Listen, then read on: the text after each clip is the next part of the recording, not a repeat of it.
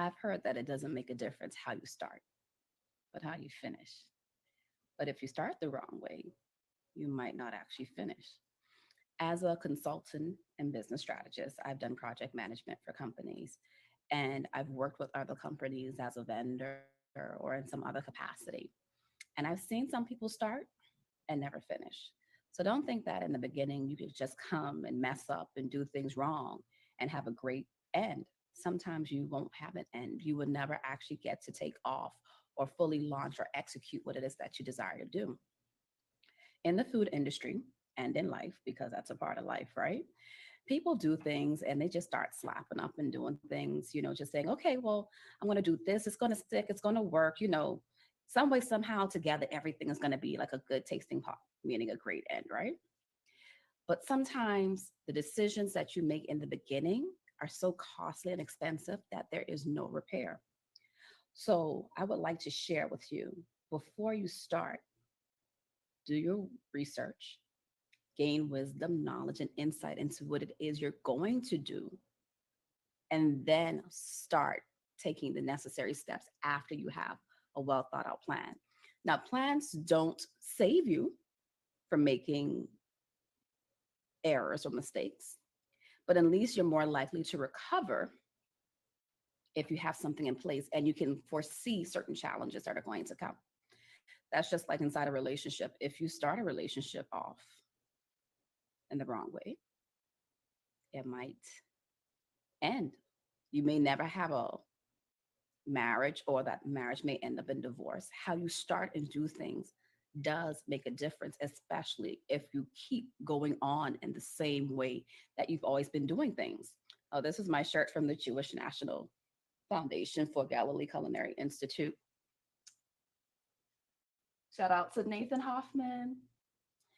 So they did an interview on me a few months ago, and I was supposed to take pictures in the shirt because I wanted to, but I didn't. But now I have a whole video, right? And they actually planted a tree in my honor of me in Israel. So I've never been to Israel, but there's a tree planted with a plaque that says Radisha Francis. Isn't that amazing? My name is in places that I've never been. So back to the moral of this story.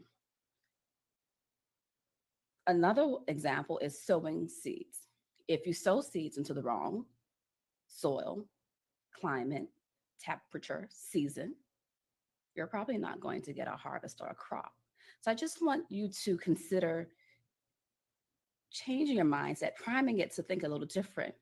How I start does make a difference. How I start can make things so much easier for me. How I start can set me up for greater success. Don't believe that you can just start any kind of haphazard way and have this glorious end. So that's all I really wanted to share with you. And another example, and I'll end with this one, is how you start and end your day. I remember when I just didn't really have a schedule, bad time, those things. I would wake up, and if I woke up on time, then I'd be rushing to get my son ready for school, get his lunch. Oh, hurry up, all these things, you're rushing, rushing, rushing. It was a horrible feeling. And I realized patterns and cycles, right? And so I realized that if I started taking the necessary steps the night before or in that morning, I could have a much more peaceful day. I see why people have road rage. They probably didn't go to sleep on time. They woke up late, all these things. They're just rushing, rushing, rushing. And all of that negative energy and emotions, and that just perpetuates throughout their day and their life. So I had to be intentional. So I said, okay, what wastes most of my time? Looking for his school uniforms, getting his lunch together, getting the clothes prepared. So I started creating systems and processes in my life. So I have systems and processes in business, but I also have systems and processes or standard operating procedures in my life. So when I talk about the distinctive lifestyle, your life, your terms, your vision, all that kind of stuff, your definition, your terms and conditions, like you have to be able to set things up, right? So I said, okay, Friday, he gets out of school. This is prior to the pandemic, right?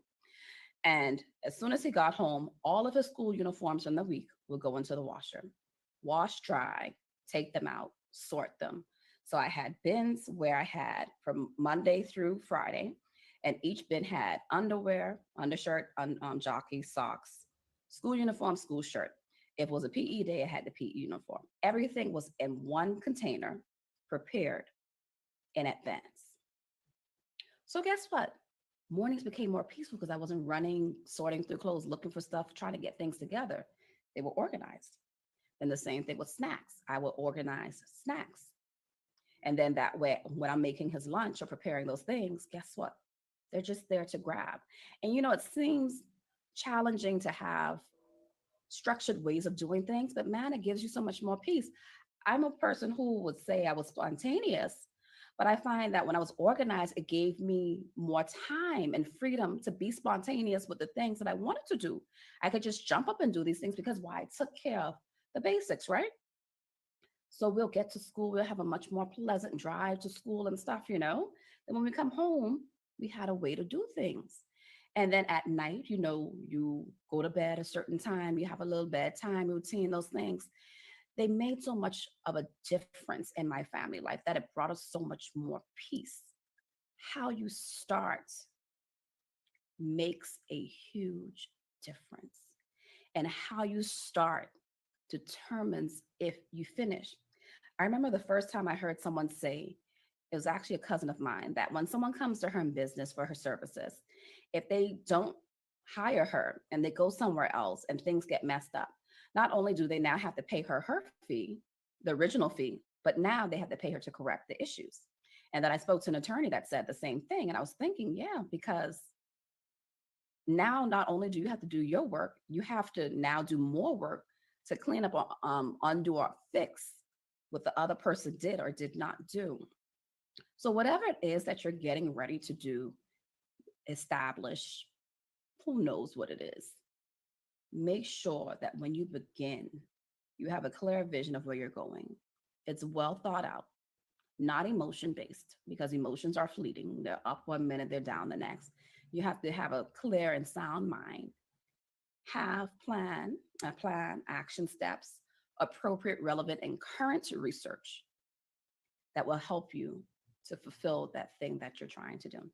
So this is Radisha, just sharing something that was on my mind with you, trying to share some wisdom. And I hope that you have an amazing day.